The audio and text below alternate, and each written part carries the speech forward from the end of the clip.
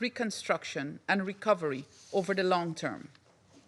Mr. President, the central role of the Security Council as the UN organ with the primary responsibility for the maintenance of international peace and security must be emphasized, particularly as we contemplate the next phases of the peace plan. This includes the establishment of the temporary international stabilization force. I conclude by reaffirming Guyana's commitment to all genuine efforts aimed at achieving a comprehensive, just, and lasting solution to the Palestinian question. I thank you. Я благодарю представителя Гаяны за ее выступление. Сейчас предоставляю слово представителю Соединенных Штатов. Thank you, Mr. President. Thank you, Deputy Special Coordinator Alapai, for your briefing. Colleagues, President Trump's 20-point plan for peace offers a historic opportunity. His diplomacy brought the ceasefire in Gaza with support from around the world. It brought home 20 living hostages who spent 738 days held captive in a living hell. It offers hope for the people of Gaza.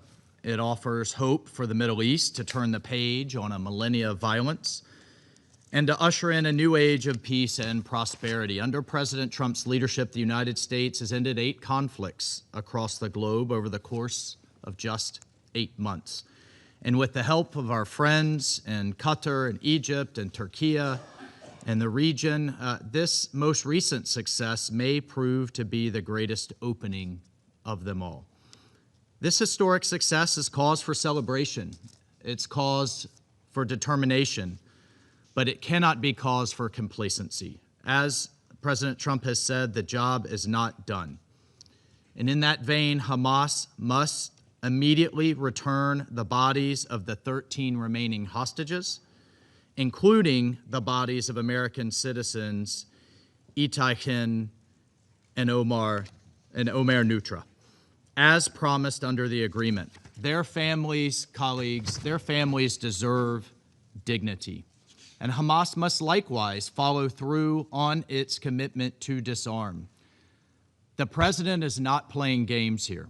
And simply put, Hamas is finished in Gaza and does not have a future there. And if they do not follow through, they are in violation of the ceasefire and will face consequences, severe consequences. The future of Gaza can be one of peace and prosperity. And we also note, as has been noted here today, the extremely disturbing and bloody executions of by Hamas of the people in the streets of Gaza, in broad daylight, on camera, for the world to see. This is further evidence that Hamas is unfit to rule the Gaza Strip, cannot be trusted with the safety of the people in Gaza for a moment longer. And likewise, frankly, many nations have condemned Israel, and those nations should be embarrassed for their silence and for their hypocrisy as Hamas slays its own people. And for the global community that has been protesting and demanding peace for the Palestinian people, for the people of Gaza, where is the outrage? Where is it over these executions we've seen in recent days? Hamas is not just attacking Israelis. It's not just terrorizing hostages underground. It's not just using bodies as psychological warfare on families. They are openly killing their own people for propaganda, in addition to the human shields that they've used over the past years. And candidly, shame on the world for its silence in the wake of these executions. Well, President Trump has not been silent. He has clearly said Hamas terrorists must immediately cease these killings or face their own elimination. So when Hamas complies with the deal, the rebuilding of Gaza will be a major regional, and global event. The peace agreement has already resulted in a dramatic increase in the flow of humanitarian aid to the people there, and we will continue to work to deliver aid to scale and meet Gaza's humanitarian needs, rehabilitating its infrastructure, including its hospitals, its roads, its bakeries, its water, its electricity, its sewage systems. We will continue to work with our international partners, with the United Nations, with everyone around the world to scale up the response and deliver aid to the civilians in need. But unfortunately, in the midst of this important work, as President Trump, as Vice President Vance, as Secretary Rubio, and the team work tirelessly to bring peace to the region, the ICJ just issued a nakedly political, but fortunately non-binding, advisory opinion, unfairly bashing Israel and giving UNRWA a free pass for its deep entanglement with Hamas's terrorism. Colleagues, President Trump's peace agreement heralds more than the end of the war in Gaza. With God's help, it will mark the beginning of a strong, stable, and prosperous region, united in rejecting the path of violence, hatred, and terror. But in support of that vision, more broadly, the international community must urge the Iranian regime to give up on its false hope of revolution and forego its ambitions on its neighbors, to stop meddling in the politics of other countries in the region, and to instead engage in direct and good faith dialogue with the United States for the benefit of the Iranian people and the security of the region. Because of tough action on Iranian proxies, we are seeing historic opportunity in Lebanon, in Syria, in Iraq, and across the region. And in this spirit, the United States supports and has supported the reimposition of UN snapback sanctions on the Iranian regime. The regime will continue to face consequences as long as it does not leave its path of destruction. Colleagues, we must continue to press Iran to do what's right for its people and what's best for international peace and regional security. With President Trump's plan, we are closer than ever to realizing the Middle East that generations have dreamt of, a region of peace, prosperity, harmony, opportunity, innovation, achievement. The more we are talking about infrastructure, about rail, about data centers, about AI, the less we will be talking about these historic animosities. And along those lines, we look forward to more countries in the region joining the Abraham Accords. We look forward to a future that can realize this dream. Thank you, colleagues. Я благодарю представителя Соединенных Штатов за его выступление. Сейчас предоставляю слово представителю Соединенного Королевства. Thank you, President. I thank Deputy Special Coordinator Alak Barov for his briefing today. Colleagues, for 2 years, the world has witnessed the terrible human cost of the Hamas terrorist attacks of 7 October and the disastrous conflict in Gaza that has claimed so many lives. We are now at an important moment of hope, thanks to President Trump's ceasefire deal. We have witnessed, with immense relief, released hostages being reunited with their families after an unimaginable ordeal. More humanitarian aid is now entering Gaza, and the ceasefire provides an opportunity for the Palestinian people to begin to build a better future, free from conflict. We commend President Trump and his team for their efforts in reaching this historic moment. We are grateful to Qatar, Turkey, and Egypt for the specific roles they have played. And we also recognize the contributions of many other countries from the region and beyond, including France and Saudi Arabia, for leading work on the New York Declaration, which have been instrumental in getting us to this point. There is much more work to be done. We call on both parties to uphold their commitments under the deal and avoid escalations that risk undermining it. We call on Hamas to cease violence. They must locate and hand over the final 13 hostages, fully sharing the information they have with the mediators and the ICRC to help locate their remains. We also call on Israel to ensure restrictions on aid are permanently lifted to allow the unimpeded delivery of humanitarian assistance at scale. This includes supporting the UN humanitarian effort, opening all crossings to both humanitarian and commercial goods, and ensuring international NGOs can operate without obstruction. As we have consistently stated, all parties must comply with their obligations under international law. The International Court of Justice delivered an important advisory opinion yesterday on Israel's obligations in this regard. We welcome its clear findings that Israel has an obligation under international humanitarian law to ensure the provision of aid in Gaza, and that UNRWA has a critical role in delivering the humanitarian response. We will continue to consider the full detail of the opinion carefully. President, we must now build on the momentum of the ceasefire. We need urgent work to develop transitional security arrangements, including an international stabilization force. And we need to support the reform program for the Palestinian Authority as it builds the Palestinian state. This should comprise Gaza and the West Bank, including East Jerusalem, based on 1967 lines, with land swaps agreed as part of a negotiated, peaceful settlement.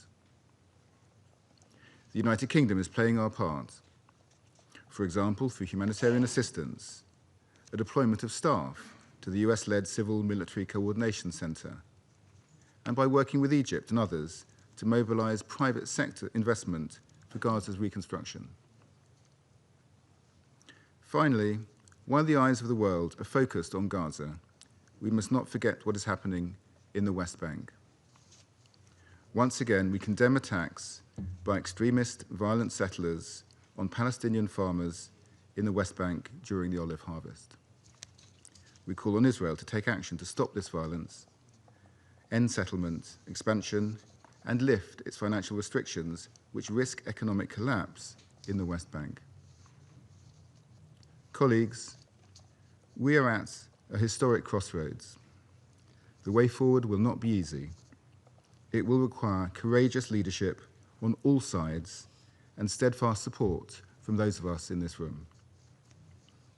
But if we seize the moment, we have a chance to end the cycle of violence and achieve lasting peace for Israelis, Palestinians, and the region.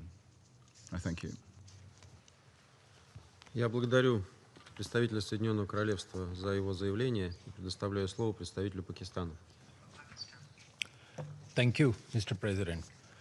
I thank you for convening this important and timely debate.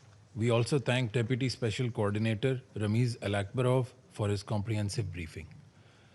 After the catastrophic consequences of the recent two-year war and the unimaginable humanitarian crisis in Gaza, marked by the killing of more than 68,000 innocent Palestinians, most of them women and children, along with widespread starvation, devastation, and displacement, hope has emerged with the signing of the peace agreement at the Sharm el-Sheikh Peace Summit. Pakistan welcomes the peace efforts led by President Trump and commends the crucial role played by the mediators, Egypt, Qatar, Turkey, and the United States in facilitating the negotiations. We sincerely hope these efforts will yield sustainable results, including a permanent cessation of hostilities and a just, comprehensive, and lasting peace.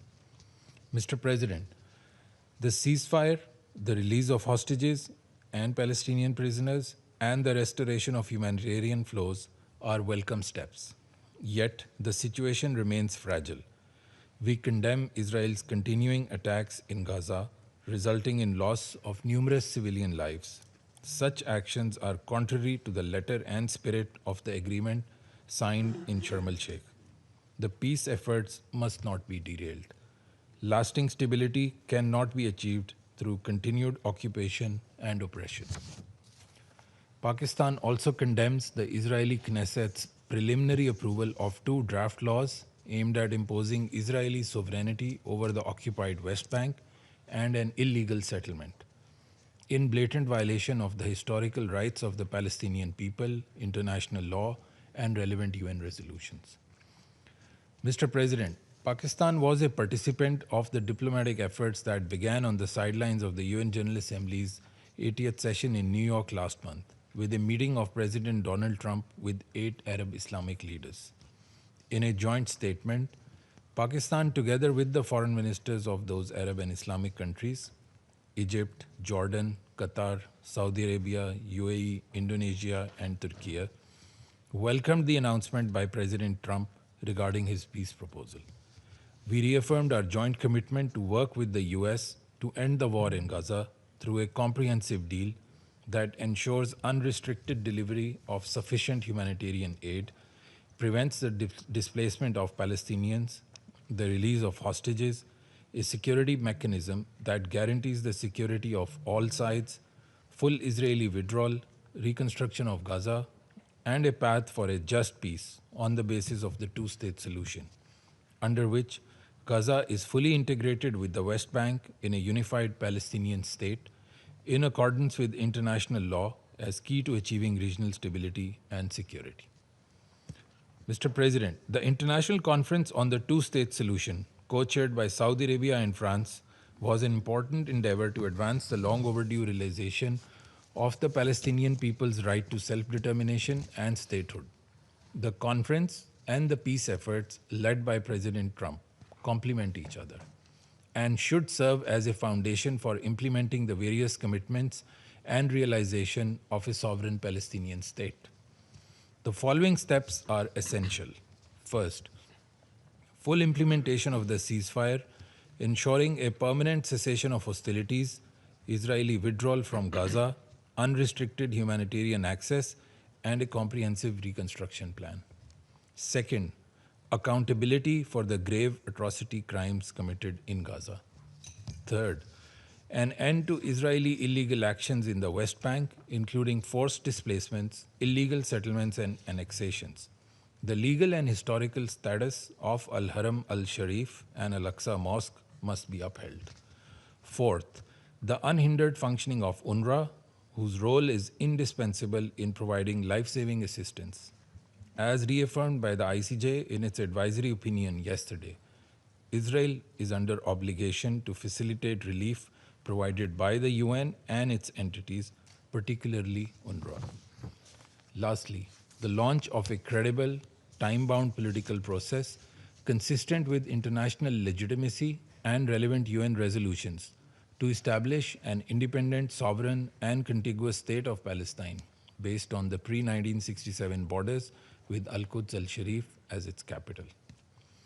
Mr. President, looking ahead, the roles of the UN, the Palestinian Authority, and the Palestinian people will be vital to ensuring legitimate governance, reconstruction, and institution building in Gaza.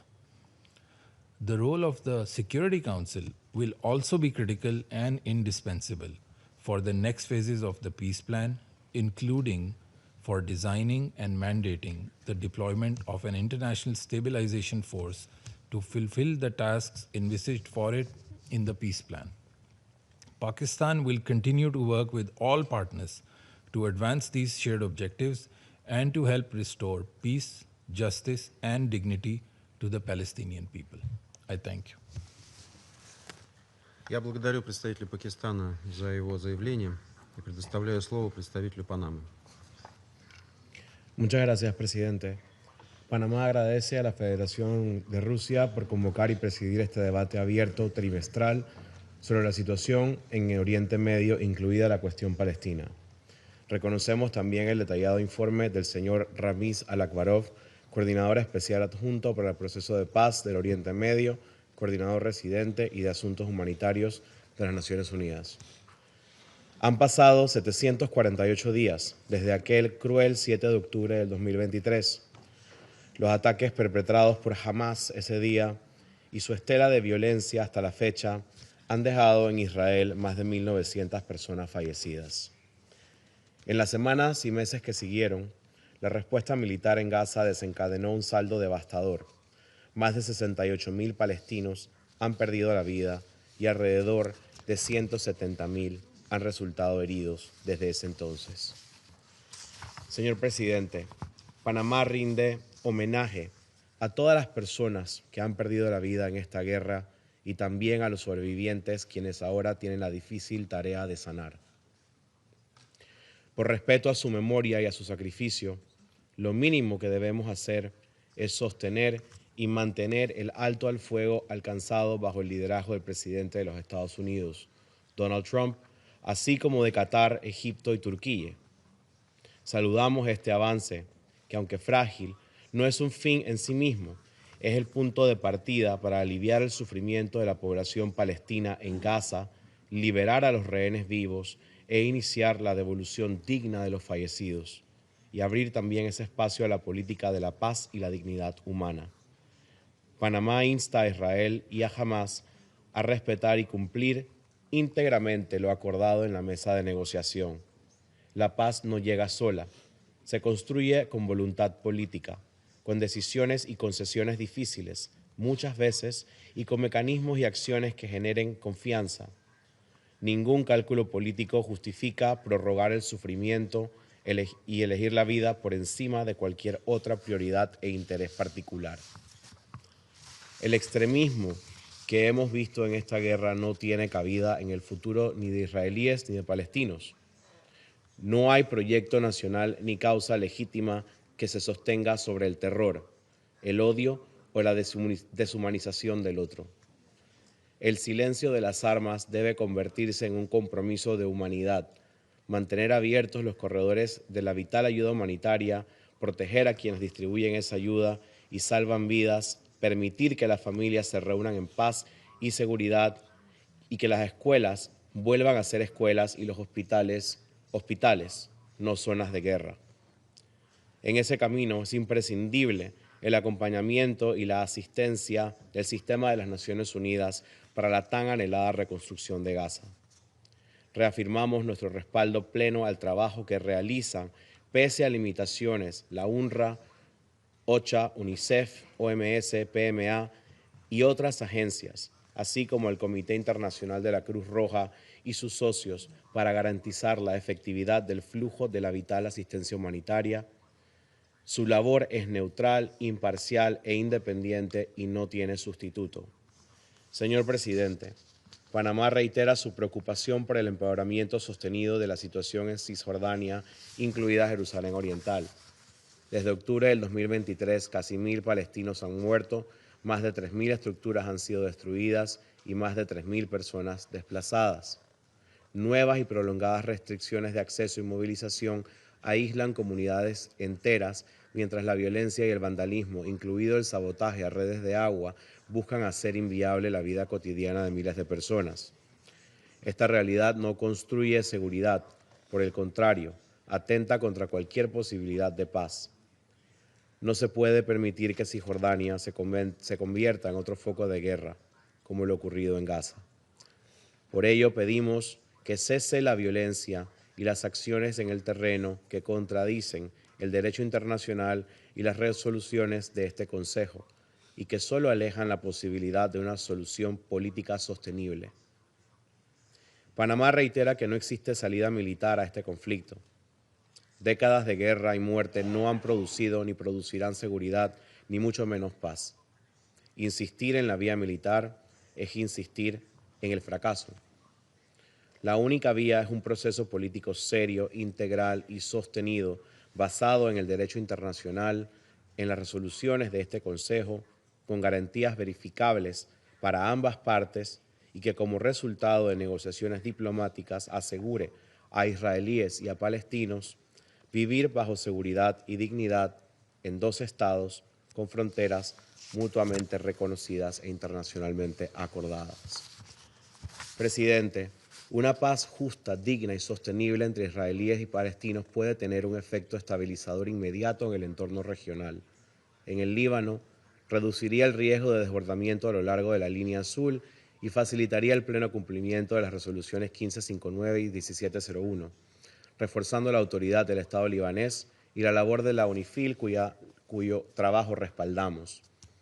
En Siria, podría aliviar tensiones transfronterizas y mejoraría las condiciones del proceso político sirio, a la vez que reconocemos también el esfuerzo y la dedicación del enviado especial Geir Pedersen por los 7 años dedicados a coadyuvar en la construcción de un proceso político inclusivo en Siria. Y en el Mar Rojo contribuiría a disminuir la volatilidad que afecta a la libertad de navegación y las cadenas de suministro en beneficio de toda la región, incluida la situación en Yemen. Evitar una mayor escalada regional exige cumplir el derecho internacional, respetar la soberanía, independencia política e integridad territorial de todos los estados, contener a los actores armados no estatales y sostener mecanismos de verificación y coordinación sobre el terreno. Ese es el dividendo regional que debemos perseguir con urgencia. Panamá acompañará y respaldará toda iniciativa que consolide una paz justa, digna y sostenible de conformidad con derecho internacional y las resoluciones de este Consejo. Muchas gracias, presidente. Я благодарю представителя Панамы за его заявление и предоставляю слово представителю Словении. Thank you, Mr. President. And I thank Deputy Special Coordinator Alakbarov for his briefing. Slovenia welcomes the implementation of the first phase of the comprehensive plan to end the Gaza conflict. We appreciate the efforts of Egypt, Qatar, Turkey, and the United States. Slovenia champions a strong role of this Council in supporting the implementation process. We would also like to commend the pivotal role of the ICRC. We are deeply concerned over the attempts to violate the ceasefire in Gaza, including violence and extrajudicial executions by Hamas, arms smuggling, delays in the opening of crossings, and an escalation after attacks near Rafah. We call on the parties to fully respect the ceasefire. While the yellow line internally dividing Gaza should remain as short-lived as possible, arrangements for disarmament of Hamas and the setting up of international stabilization forces should proceed swiftly. Slovenia also remains profoundly concerned about the situation in the West Bank, including the discussions regarding annexation of the West Bank and the continuation of the Iron Wall operation. We call for de-escalation. We are appalled by the violence and the high number of killings, injuries, infrastructure damages, and displacement, as well as settler attacks in the context of the olive harvest season. Colleagues, the ultimate goal of our efforts in the Middle East must be the two-state solution. In that sense, we strongly believe that visions provided by the President Trump's plan, the New York Declaration, and the Arab Plan for Reconstruction of Gaza should be complementary. We must ensure efforts of the international community are equally complementary. It is therefore important to strengthen the Palestinian Authority with the view of reforming and ensuring their governance in Gaza, as well as the West Bank, including East Jerusalem. Each country sitting at this table today has its own set of experiences and knowledge. While Slovenia has been consistent in our support to Palestinian people, to Palestinian Authority, and to UNRWA, we are willing to step up also with lessons learned from recent history of our region. The United Nations has a vast experience of establishing international interim administration in territories recovering from conflict. Kosovo and Bosnia and Herzegovina can serve as an inspiration for plans how to put up a civilian administration in Gaza, even if not directly coordinated by the United Nations. Mr. President, we welcome the 60-day humanitarian plan presented by the UN. Humanitarian needs in Gaza continue being tremendously high, and we continue calling for sustained, unimpeded, and at-scale aid and fuel delivery across the Strip. Safe operating space for humanitarian actors, including international NGOs, must include protection of aid workers operating on the ground, as well as the registration process based on humanitarian principles. We further call for restoration of infrastructure and opening of crossings to eliminate the persistent threat of famine, and for medical evacuations and returns. Medical needs in Gaza are enormous. Doctors and medical workers should be allowed to work unimpeded and without fear. We appeal to Israel to release from arbitrary detention the remaining medical staff from Gaza, including Dr. Abu Safia of Kamal Adwan Hospital. Gaza must also be free and safe space for journalists to work in. Mr. President, the road to healing is long and will likely be paved with fragile peace. It is our collective responsibility to nurture this fragile peace in becoming a just and lasting one. It must be firmly anchored in international law, which includes ensuring accountability of all parties for their actions. In this regard, Slovenia welcomes the work of the International Court of Justice in issuing the latest advisory opinion just yesterday. We underline that the advisory opinion, as an authoritative judicial decision with great legal weight and moral authority, must be studied carefully in order to give full effect to the interpretation of international law as provided by the court. Thank you. Я благодарю представителя Словении за его заявление и предоставляю слово представителю Китая.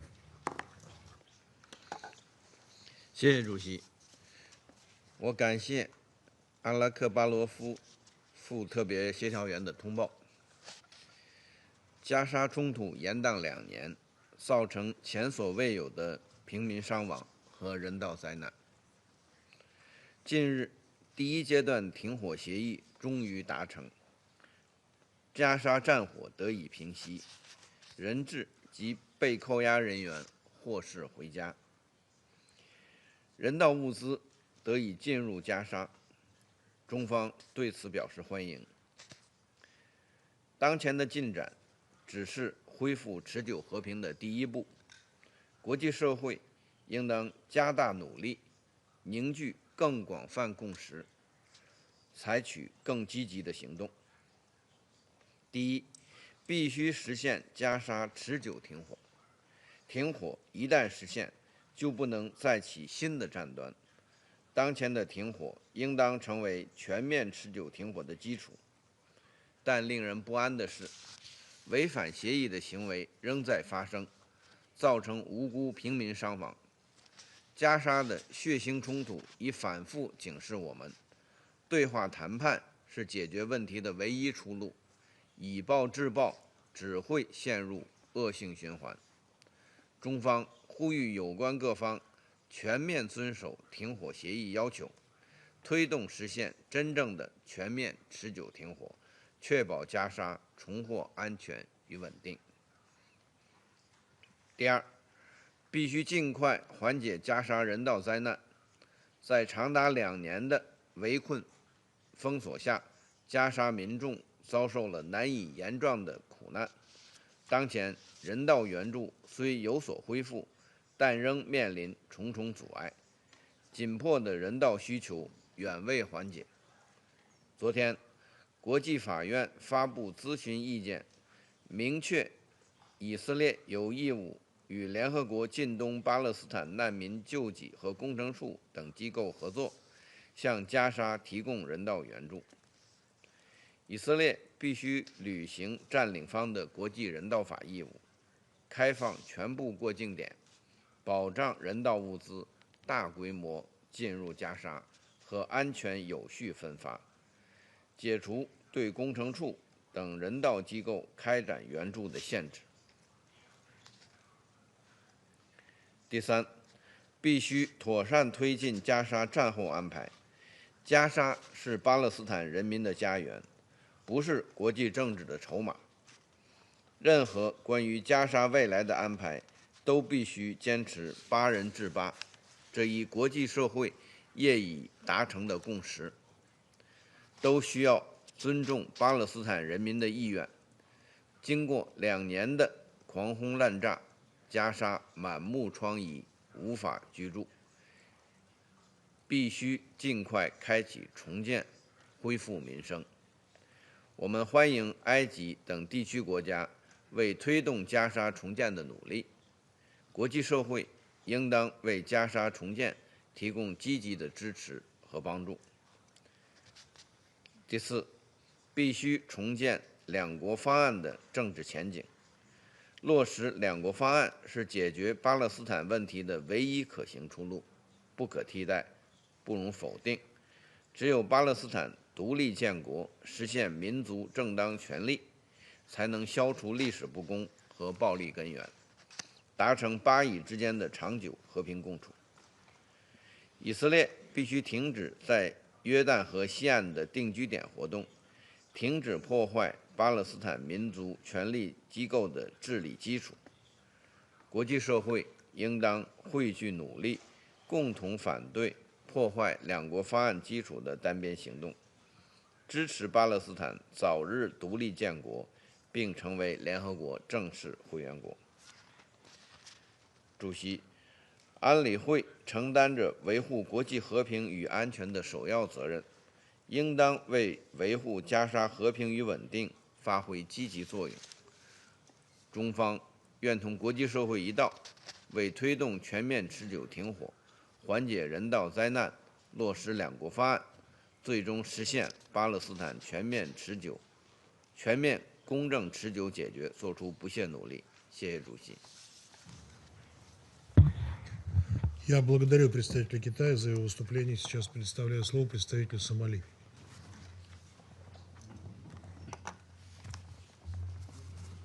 Thank you, Mr. President. I would like to express my gratitude to Mr. Al-Akbarov, Deputy Special Coordinator for the Middle East Peace Process and Resident Humanitarian Coordinator for his comprehensive and sobering briefing. We are deeply indebted to the leadership and the tireless efforts of all United Nations and humanitarian personnel working under the most challenging circumstances in Gaza and the West Bank. Their unwavering courage, professionalism, and commitment have been a beacon of hope in the face of adversity. Mr. President, the agreed ceasefire brings much needed relief from active hostilities and silences the guns. But the profound suffering endured by affected communities continues. The devastation of the conflict is staggering. Over 65,000 lives have been lost, primarily women and children, while millions have been displaced.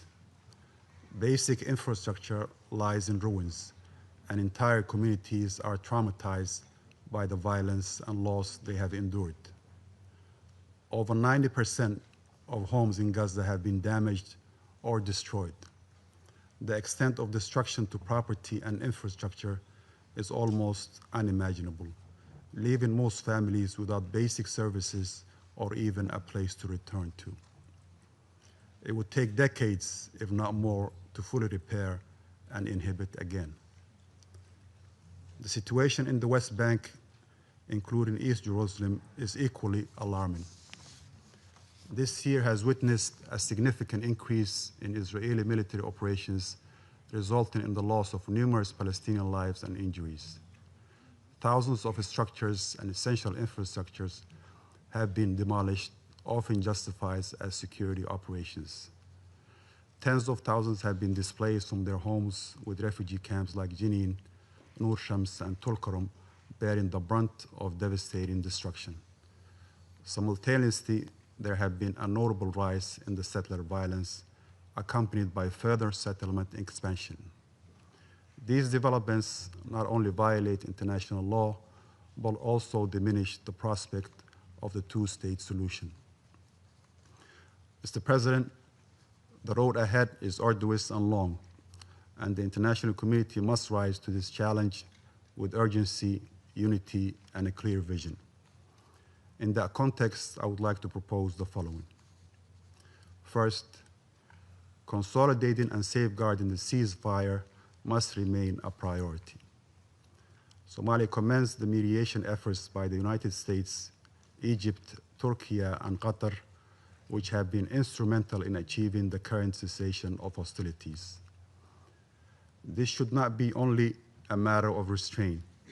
It requires robust international monitoring and accountability mechanism under UN auspices in order to support trust and adherence to the ceasefire. Second, humanitarian access must be ensured and expanded without a delay. We welcome the recent ICJ advisory opinion that Israel, as the occupying power, has obligation to uphold international humanitarian law. UN agencies, particularly UNRWA, WFP, and UNICEF, continue to face significant challenges, including delays at crossings, underfunding, and threat to their personnel. The unimpeded delivery of essential supplies such as food, medicine, and fuel to those in need should be treated as a legal and moral obligation, not as a concession. Third, a comprehensive reconstruction plan must be launched urgently. The unprecedented scale of destruction necessitates a coordinated and well-resourced approach led by the United Nations and supported by regional and international partners. Essential services, including water, electricity, healthcare, and education, must be restored promptly. Homes and livelihood must be rebuilt. The voices and needs of those most affected, particularly women and children, must guide our efforts, ensuring that dignity and hope are restored alongside physical infrastructure. Fourth and last point, there is a clear need to revitalize a credible political process. Somalia has taken note of the recent U.S. peace plan and encourages all parties to engage in a constructive, inclusive dialogue that respects international law and United Nations resolutions. Addressing fundamental issues such as the long-standing occupation and ongoing settlement activities and collective punishment remains essential for achieving a just and lasting peace. To conclude, Mr. President, we reaffirm our unwavering solidarity with the Palestinian people in their pursuit of freedom, dignity, and justice. This truce must not be a mere pause in violence, but the beginning of a sustained effort to heal, rebuild, and chart a course toward lasting security and hope for all. Somalia reiterates its steadfast support for the realization of an independent and sovereign state of Palestine with Al-Quds al-Sharif as its capital in accordance with international law and relevant United Nations resolutions. Our delegation stands ready to work with the international community to ensure that this opportunity is not lost and that peace in the occupied Palestinian territory and the wider regions becomes not just a possibility, but a reality. I thank you. Я благодарю представителя Сомали за его выступление. Сейчас предоставляю слово представителю Сьерра-Леоне. Thank you, Mr. President. And I thank the Russian Federation Presidency for elevating this meeting into a signature event. Mr. President, I thank the Deputy Special Coordinator for the Middle East Peace Process, Mr. Rames Alakbarov, for his important briefing. I welcome the participation of the representatives of the State of Palestine, the State of Israel, and other delegations in this meeting. At the outset, we note that while aspects of the regional situation in the Middle East show signs of improvement, conditions remain highly volatile. In Yemen, Houthi attacks on shipping and Israeli targets have prompted retaliatory strikes, heightening fears of a broader Red Sea and Gulf escalation. In Lebanon, a fragile truce faces pressure amid airstrikes and displacement, against a background of political and economic fragility.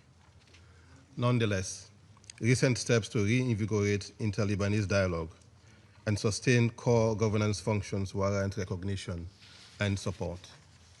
In Syria, continuing hostilities in the north coupled with protracted economic distress and grave human rights concerns, continue to impede prospect for durable stabilization.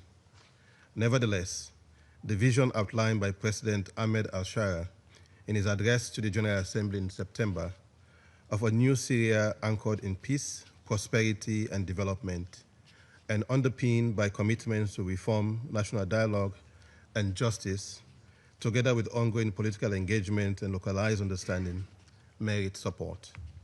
The present circumstances offer openings for confidence building and progress towards peace that should be carefully nurtured.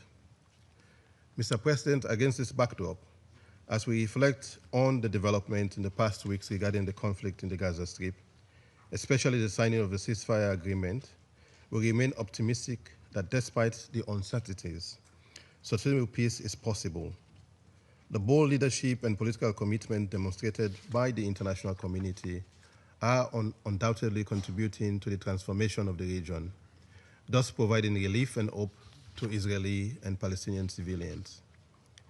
For 2 years, following the heinous attack of 7th October 2023, which killed approximately 1,200 people in Israel, violence and devastation engulfed the region. In Gaza, the cumulative toll has been catastrophic, with more than 67,000 Palestinians reportedly killed as of early October 2025, amid widespread destruction and acute humanitarian need. These figures underline the human cost of this conflict and the urgency of consolidating the fragile cessation of hostilities now in place.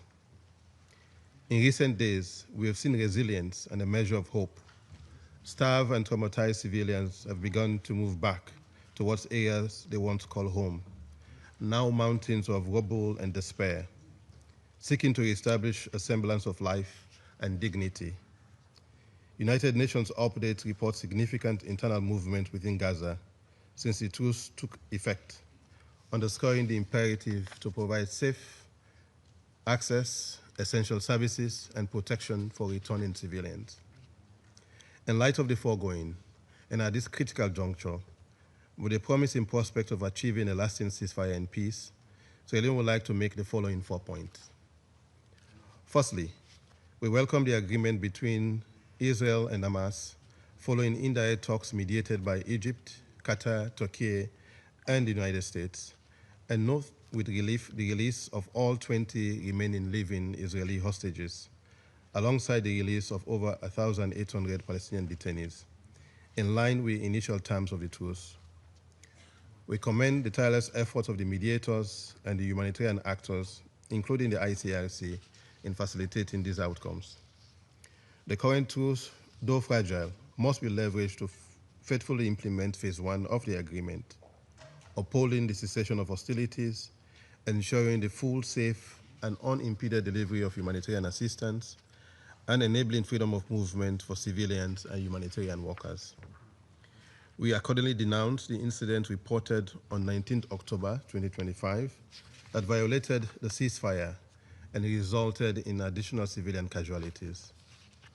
All parties must refrain from any provocation or violation that could derail progress or imperil civilians.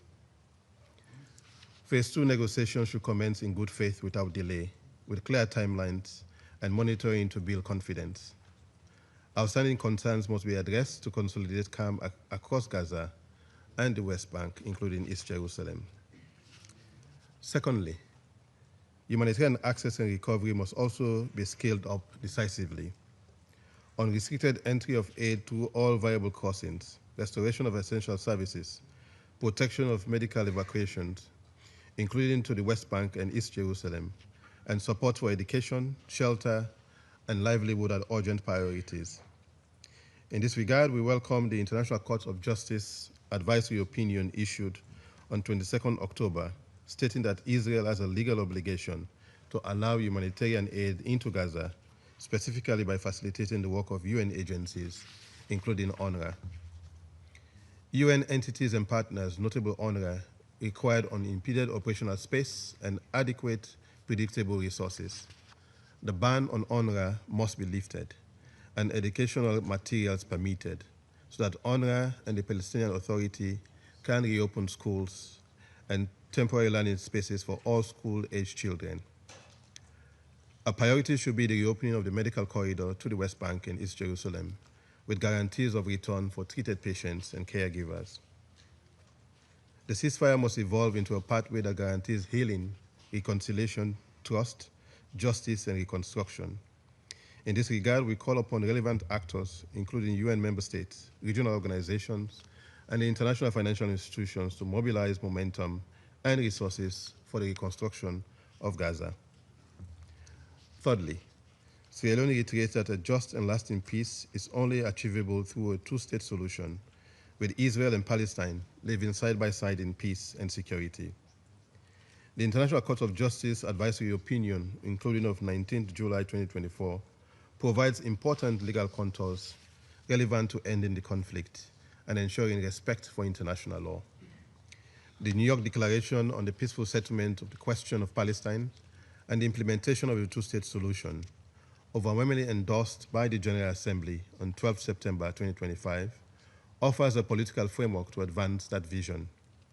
We further take note of the recent political initiatives, including President Trump's comprehensive peace plan and the Sharm el-Sheikh Peace Summit, and other proposals as input for future dialogue, while underscoring that the inalienable right of the Palestinian people to self-determination and statehood must remain central to all engagement.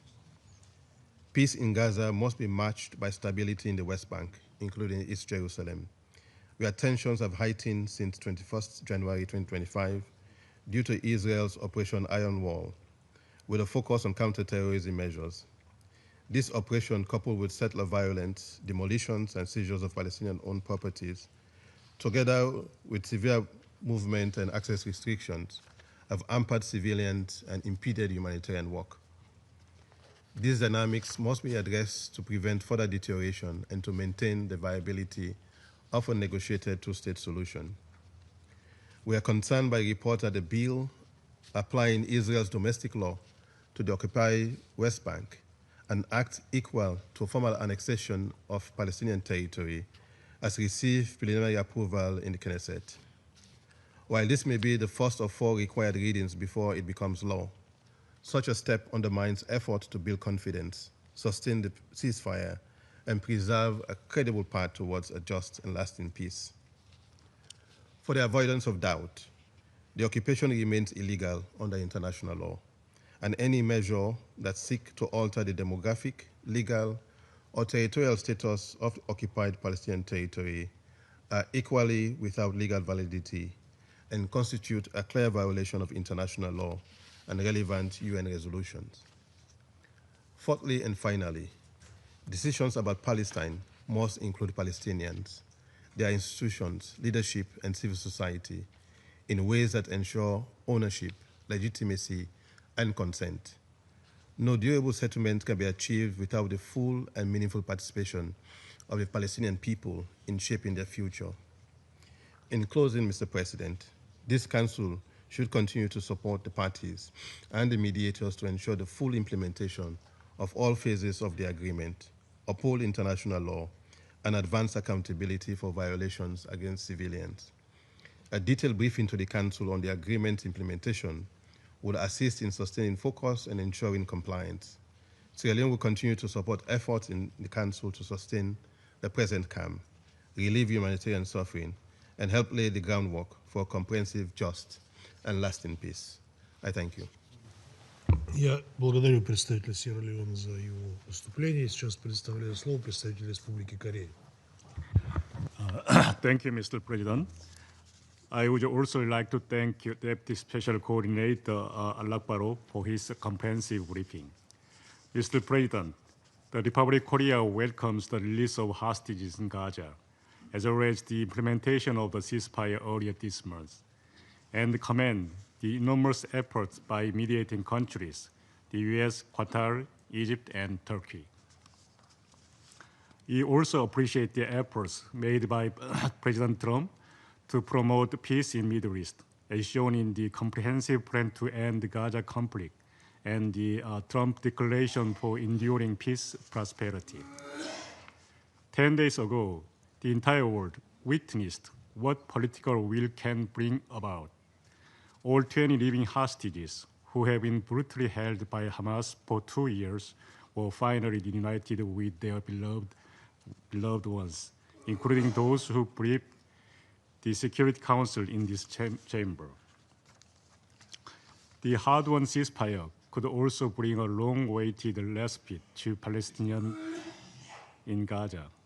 Many of them could finally return to where their homes once stood, as elevated levels of humanitarian aid began to flow based on UN system. The Republic of Korea strongly believes that this achievement must serve as the starting point to rebuild peace and stability in the region. We urge the parties to this conflict in Gaza to strictly abide by the agreement and faithfully engage in the negotiations to achieve the second phase of the ceasefire. Reiterating our clear condemnation of the terrorist attack by Hamas 2 years ago, we reaffirm our belief that, in accordance with the comprehensive plan to end the Gaza conflict, as well as the New York Declaration, Hamas must not serve any role in future governance of Gaza and must lay down its weapons. We also urge Hamas to exert all efforts to locate and return the bodies of the deceased hostages. And also Israel must also comply with its commitment, including complete suspension of all military operations, full entry of humanitarian aid through all available routes, and withdrawal to agreed lines. At the same time, the humanitarian work of UN agencies, including UNRWA, must be ensured as detailed in the recent ICJ advisory opinion. In this regard, the Republic of Korea expresses its grave concern over the incident on Sunday relating to the deadly airstrikes by IDF in Rafah, responding to attacks against it, and also gravely concerned about the public execution carried out by Hamas in Gaza. We again call on both parties to abide by a ceasefire agreement. To this end, as a member of the Security Council, the Republic of Korea would like to express its willingness to actively participate in any Council discussions to support the ceasefire and relevant arrangement, including the deployment of the International Stabilization Force based on the comprehensive plan. Mr. President, for the last 2 years, we witnessed a dangerous circle of escalation and violence sweeping across the region. Thus, we must seize this important moment to end the vicious circle of regional strife and open a path toward genuine peace and security. We believe that the two-state solution is the only possible way to ensure peace, stability, and dignity for all in the Middle East. In this respect, we stressed our firm position that establishment of settlement in occupied Palestinian territory has no legal validity and constitutes a flagrant violation under the international law. We call on Israel to cease all settlement activities and demolition of the Palestinian homes, and to take measures to stop, punish the unjustifiable violence by settlers, including those targeting Palestinians participating in annual West Bank olive harvest. The Palestinian Authority should also do more to carry out its reform, and Israel must fulfill its obligation with regard to its relation with PA, including the transfer of the tax revenues. Mr. President, the horrific terrorist attack by Hamas in October 2023 ended up only deepening the unfathomable suffering of Palestinians and compounding the agony of both Israeli and Palestinians. The mass military response by Israel over the last 2 years, according to OCHA, is resulted to killing of more than 68,000 people in Gaza, including more than 20,000 children and more than 10,000 women, also show that military solution can never achieve sustainable peace. So we hope that through this catastrophic experience, all actors in the region can finally realize the indispensable value of coexistence and peace. I thank you. Я благодарю представителя Республики Корея за его выступление. Сейчас предоставляю слово представителю Алжира. Thank you, Mr. President.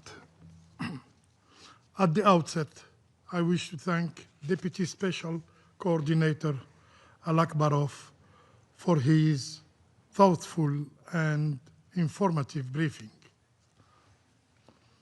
2 years after enduring relentless bombardment, carnage, starvation, and the threat of ethnic cleansing and genocide, the Palestinian people in Gaza are beginning at last, to glimpse a moment of relief. It is a fragile moment, yet it carries within it a seed of hope. Hope for a life lived in dignity. Hope for a future built on justice. Hope for the realization of their legitimate right to statehood.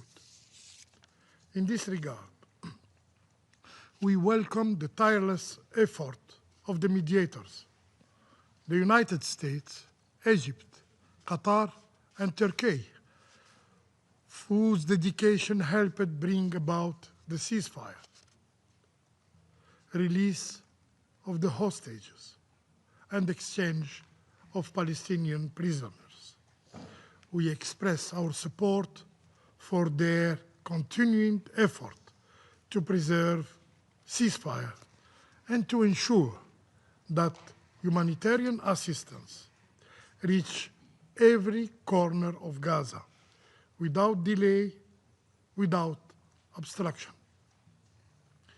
We call on all parties to honor their commitments to maintain the ceasefire and to guarantee unhindered humanitarian access with the participation of credible humanitarian actors, including UNRWA, that is pivotal for the UN action. In this regard, we recall also the obligation of Israel, the occupying power, as reaffirmed in the advisory opinion issued yesterday by the International Court of Justice. Gazans need respite. They need time to heal. They need to rebuild their homes. They need to reopen their schools. They need to restore the rhythm of ordinary life. There, the scale of destruction is beyond imagination. The social and human toll is immense. Hundreds of thousands displaced, families shattered, children without classrooms, and unemployment at unprecedented levels. The reconstruction of Gaza must therefore become a collective mission.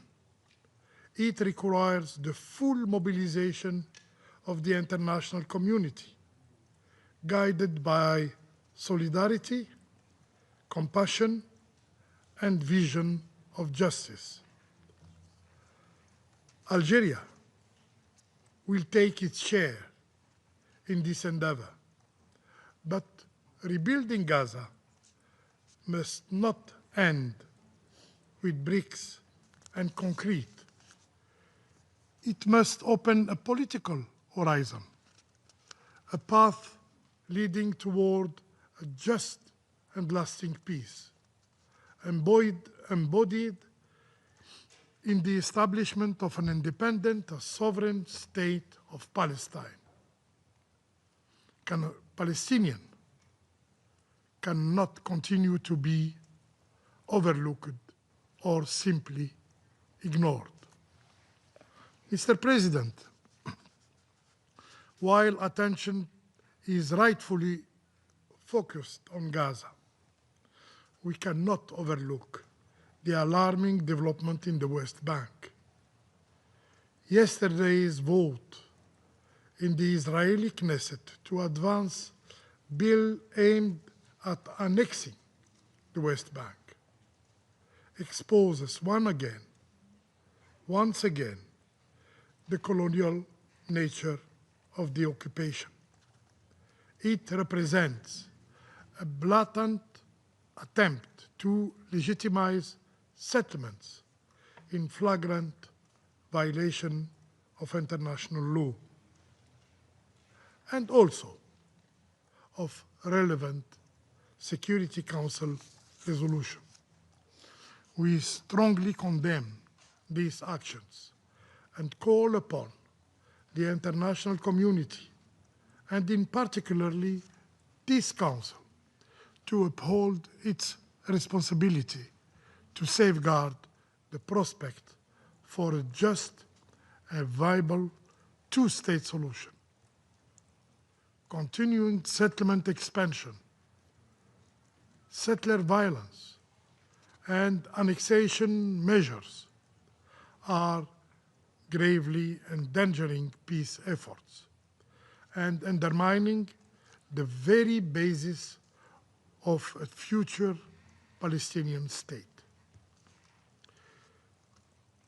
These acts stand in defiance of international law and against the resolve of the global community, which are clearly reaffirmed its support for Palestinian statehood through an ever-growing wave of recognition. Mr. President, what is now required is the launch of a serious, credible, and time-bound peace process, one that leads without ambiguity, without delay, to the realization of the state of Palestine, returning to the statu quo before October 7 is not acceptable. Returning to the blockade is not acceptable. Returning to the denial of Palestinian rights is not acceptable. Impunity and disregard for international law are not acceptable. Justice, freedom, peace, and dignity for the Palestinian people are not only necessary, they are inevitable. I thank you. Я благодарю представителя Алжира за его выступление. Сейчас предоставляю слово представителю Греции. Thank you, President. And thank you, Deputy Special Coordinator Alvaro, for your briefing. At long last, a ceasefire is now in place in Gaza and the hostages are now free. Under President Trump's leadership and with tremendous international engagement, the participation of the Greek Prime Minister in the Peace Summit in Egypt demonstrates Greece's important commitment in the day after developments. A positive momentum now exists in Gaza. The world's gaze is now upon the full implementation of the peace plan. We call on all parties to fulfill their commitments, allowing for the establishment of a lasting ceasefire and the return of the remains of the hostages. This should pave the way to a comprehensive political process. The international community should ensure the Palestinians have full ownership in all aspects of the agreement, be it recovery, reconstruction, and governance. Meanwhile, the UN and its humanitarian partners must continue to scale up their operations on the ground, as outlined in their 60-day plan. Additional food parcels are being distributed and additional bakeries are now functional. However, far greater volumes are needed. We therefore call for the full, safe, and unimpeded flow of humanitarian aid and supplies into Gaza, as well as the restoration of full access to potable water and electricity for the civilian population. In this regard, we look forward to the reopening of the Rafah border crossing, which can greatly facilitate the inflow of humanitarian aid at scale across the Strip. The role of the UN and its agencies remains crucial and irreplaceable, as confirmed by the advisory opinion of the ICJ issued yesterday. Notably, the role of UNRWA, toward which Greece has consistently contributed and has recently increased its contribution as it advances along the implementation of the Colonna recommendations. Similarly, we support initiatives such as the Cyprus-led Almathea Maritime Humanitarian Corridor. They can effectively contribute to the direct delivery of humanitarian aid complementing land routes. Greece stands ready to contribute to the reconstruction of Gaza and the flow of humanitarian aid, as was stated by our foreign minister during his meeting with his Palestinian counterpart in Athens. At the same time, incidents over the past weekend have demonstrated that the ceasefire is fragile. Diplomacy has delivered. It is now up to the parties to uphold their obligations and demonstrate caution and restraint. The envisaged US-led International Stabilization Force provides for a promising prospect in support of peace. As the custodian of international peace and security, this Council is the appropriate body to mandate this force. Greece will engage constructively in relevant consultations on the next steps.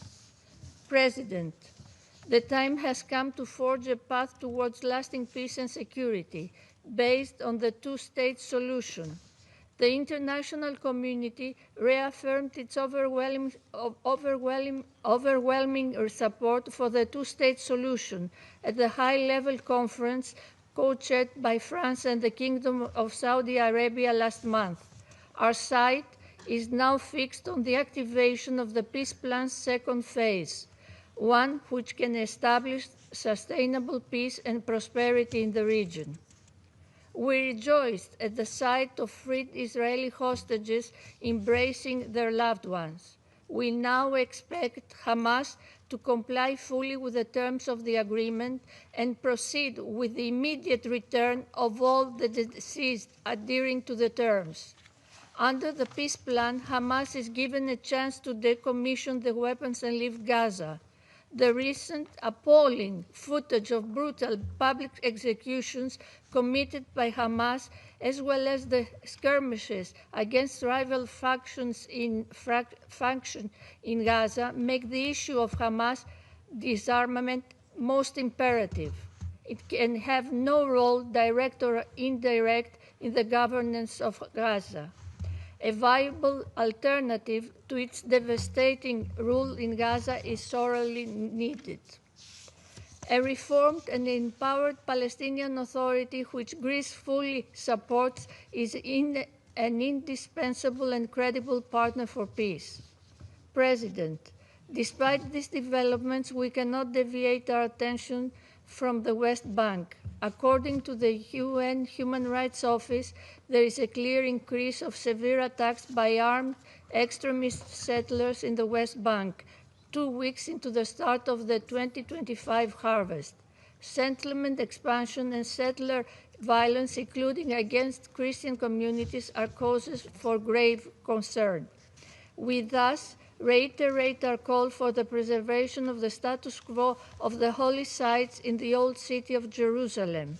We further stress that announcements on the construction of additional settlements which undermine the two-state solution must be reversed. In conclusion, President, the Middle East, a region vibrant in its diversity and rich in its history, seems to be turning a new page. This Council needs to uphold its role and responsibility in seeing that regional peace is established, so that the peoples of the region may finally enjoy a future of stability, dignity, and hope. I thank you. Я благодарю представителя Греции за ее выступление. Сейчас предоставляю слово представителю Франции.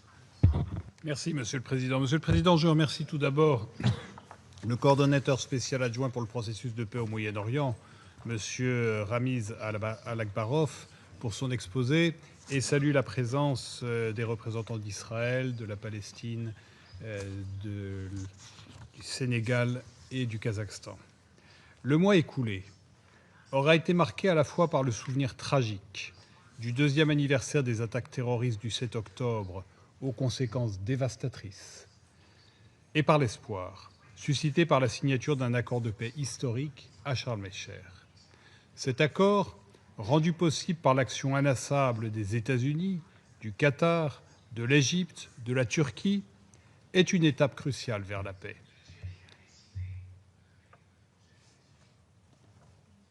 Il ouvre une perspective, un cessez-le-feu permanent, la libération de tous les otages et un accès humanitaire immédiat et sans entrave. Il crée les conditions de la paix et de la mise en œuvre de la solution à deux États. Les deux parties doivent saisir cette chance historique. La France les appelle à mettre pleinement en œuvre les engagements pris avec deux urgences. Le Hamas doit restituer sans délai les dépouilles des otages israéliens à Gaza et cesser ses actions armées, à commencer par les exécutions sommaires que la France a vigoureusement dénoncées.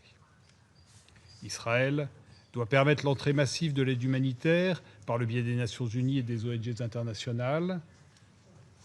La France appelle Israël à se conformer à ses obligations, telles que rappelées par la Cour internationale de justice dans son avis consultatif du 22 octobre. Monsieur le Président, pour transformer le cessez-le-feu en une paix durable, il faut à notre Conseil prendre ses responsabilités. Nos efforts doivent viser la mise en œuvre de la deuxième phase du plan américain et de la déclaration de New York, massivement endossée par l'Assemblée générale. 5 priorités guideront notre action. Premièrement, la sécurité et l'ordre public, à travers le déploiement à Gaza d'une force internationale de stabilisation, mandatée par le Conseil de sécurité, à l'invitation de l'autorité palestinienne, avec un soutien régional et international appuyé. Des forces régulières de sécurité et de police palestiniennes seront formées et appuyées, et le Hamas désarmé. Deuxièmement, l'aide humanitaire et la reconstruction. L'accès de l'aide humanitaire doit se faire par tous les points de passage, sous la coordination des Nations Unies, de leurs agences, du CICR et des ONG, et dans le plein respect du droit international humanitaire. La France rappelle le rôle indispensable de l'UNRWA. Elle soutient les efforts de mobilisation de l'Égypte pour la reconstruction. Troisièmement, une gouvernance renouvelée pour Gaza. Notre boussole, c'est le droit du peuple palestinien à l'autodétermination et à un État de Palestine qui englobe Gaza et la Cisjordanie. L'autorité palestinienne réformée en assumera la responsabilité et le Hamas ne pourra y jouer aucun rôle. Quatrièmement, le lien entre la Cisjordanie et Gaza. La France est préoccupée par l'accélération de la colonisation, la violence des colons et les menaces d'annexion partielle ou totale de la Cisjordanie, y compris l'approbation préliminaire de projets de loi à la Knesset dans ce sens. La France rejette tout projet d'annexion, violation flagrante du droit international, grave menace à la solution à deux États. Cinquièmement, l'intensification de nos efforts pour stabiliser la région dans son ensemble. Au Liban, les autorités ont pris des décisions historiques courageuses pour assurer le monopole de l'État sur les armes. Elles doivent les mettre en œuvre avec le soutien de la communauté internationale. Et nous attendons d'Israël qu'il se retire des positions qu'il occupe et cesse ses frappes en territoire libanais. La réinsertion de la Syrie dans son environnement régional contribuera à la stabilité du Proche-Orient. La France salue le rapprochement avec le Liban, nouveau chapitre fondé sur le respect mutuel. Nous appelons là encore Israël à cesser ses incursions sur le sol syrien et à se retirer de la zone occupée. Monsieur le Président, il appartient au Conseil de sécurité de se saisir de ce moment historique, comme l'y appelle la Charte, pour en faire le point de départ d'un avenir différent pour le peuple de la région, un avenir de paix, de sécurité, de progrès humain pour tous. Je vous remercie. Я благодарю представителя Франции за его выступление. Прежде чем продолжить наше заседание, я хочу напомнить всем ораторам о необходимости ограничивать продолжительность своих выступлений 3 минутами с тем, чтобы Совет мог оперативно завершить свою работу. И сейчас я предоставляю слово его превосходительству господину Коле Секу, председателю Комитета по осуществлению неотъемлемых прав палестинского народа. Je vous remercie, Monsieur le Président. Je vous félicite et remercie M. Alakbarov pour son exposé. Nous sommes à un moment charnière. Après 2 années de souffrance humaine immense, de bombardements et de famine à Gaza, le monde a salué le sommet pour la paix de Gaza à Sharm el-Sheikh. Ce sommet a marqué le début d'un processus de guérison, de relèvement et de reconstruction pour le peuple palestinien. Le comité salue les efforts de l'Égypte, du Qatar, la Turquie et des États-Unis d'Amérique pour avoir facilité cet accord. Cependant, depuis la signature du cessez-le-feu, 97 Palestiniens ont été tués et 230 blessés à Gaza. Bien que des convois humanitaires soient rentrés, les restrictions à l'aide demeurent sévères. Le comité réitère son appel à un accès humanitaire rapide, sûr et sans entrave, avec un rôle central pour l'UNRWA et la restauration des services essentiels tels que la santé, l'eau, l'assainissement et l'éducation. Le comité appelle Israël à respecter pleinement ses obligations juridiques au titre du droit international, humanitaire et de la Convention sur les privilèges et immunités diplomatiques des Nations Unies. Il souligne l'importance de l'avis consultatif rendu le 22 octobre 2025 par la Cour internationale de justice, qui doit être respecté scrupuleusement. La souffrance du peuple palestinien doit cesser immédiatement. Les deux peuples doivent pouvoir regarder vers l'avenir avec espoir et sécurité. Le cessez-le-feu doit être permanent et irréversible et le blocus de Gaza levé définitivement. Le comité appelle les États membres à soutenir la pleine mise en œuvre du cessez-le-feu, à assurer la reddition des comptes et à créer les conditions du relèvement et de la reconstruction. Le Conseil de sécurité a un rôle central à jouer, notamment dans le déploiement d'une mission de paix chargée de protéger les civils, de garantir le cessez-le-feu, de faciliter le retrait de l'armée israélienne et l'accès humanitaire. Pendant ce temps, la violence s'aggrave en Cisjordanie et à Jérusalem-Est et la colonisation se poursuit. L'occupation du territoire palestinien doit cesser maintenant. La date limite de septembre 2025, demandée par la CIJ, est fixée par la résolution ES 1024 de l'Assemblée générale, est dépassée. Nous espérons que le cessez-le-feu apportera une paix durable dans toute la Palestine occupée, y compris la Cisjordanie.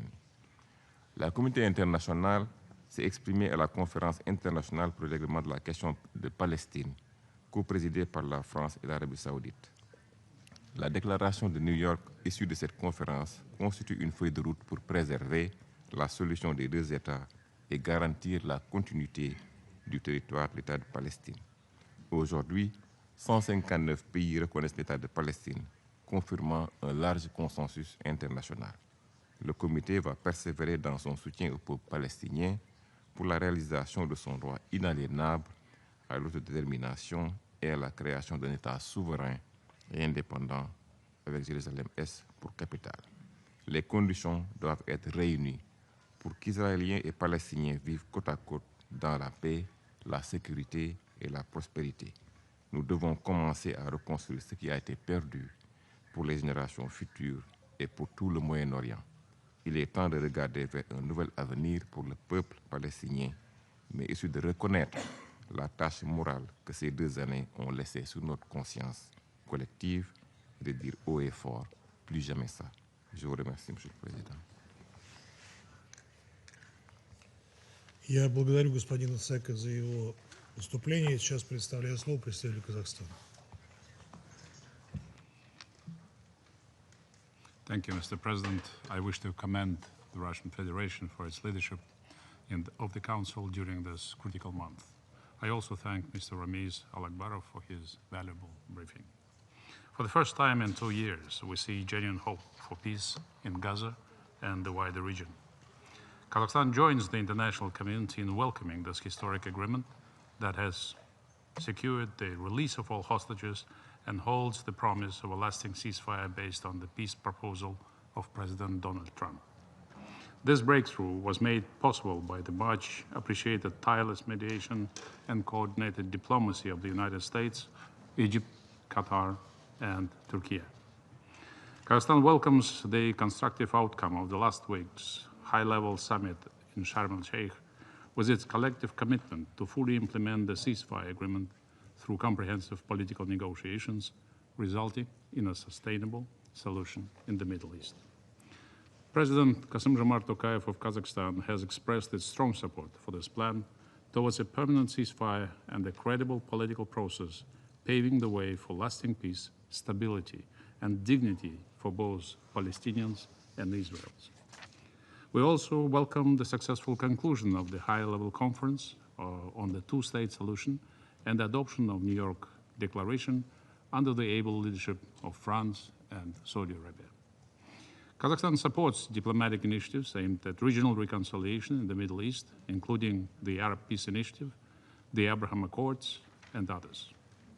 We reaffirm the vision of 2 independent and sovereign states, Israel and Palestine, living side by side in peace and security within the pre-1967 borders and with East Jerusalem as the capital of the State of Palestine.